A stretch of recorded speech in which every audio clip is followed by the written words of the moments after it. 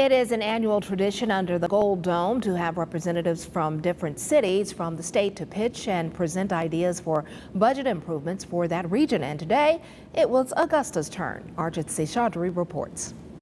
The Augusta delegation included representatives from Richmond County, Columbia County, Burke County, members from the county commissioners, the school board, as well as local lawmakers spending time here under the Gold Dome talking about key policies that would impact the Augusta area. They're asking lawmakers here under the Gold Dome on ways to help them get funds to benefit the Augusta region. One top priority for the delegation and lawmakers is fixing the damage left behind by Hurricane Helene in Augusta. Most funds for recovery. Some of these folks' insurance didn't have insurance that we have, or underinsured, so they can't fix the home back up to where they need to be.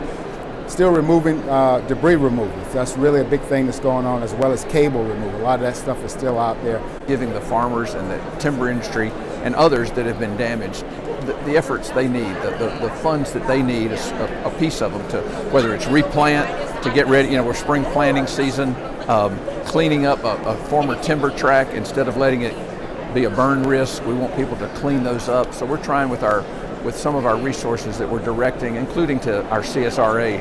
I think that's a big piece of something we can do.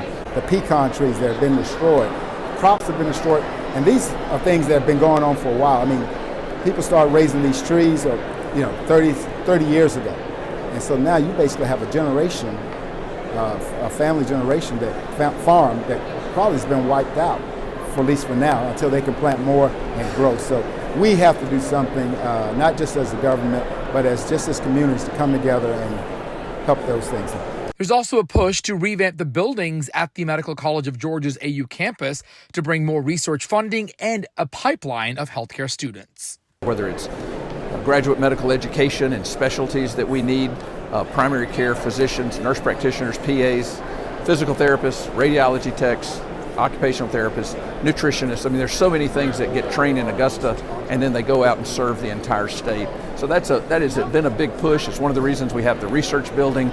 We house a state prison in Richmond County, and right now, the funds that we get from the state hadn't been changed in about 10 years.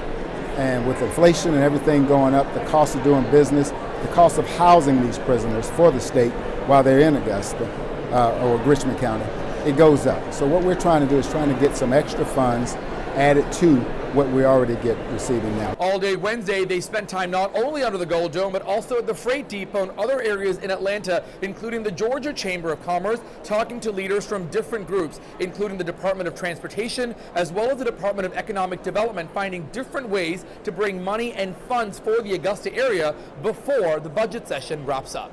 Reporting at the Georgia State Capitol, Archit Seshadri, Atlanta Bureau Chief.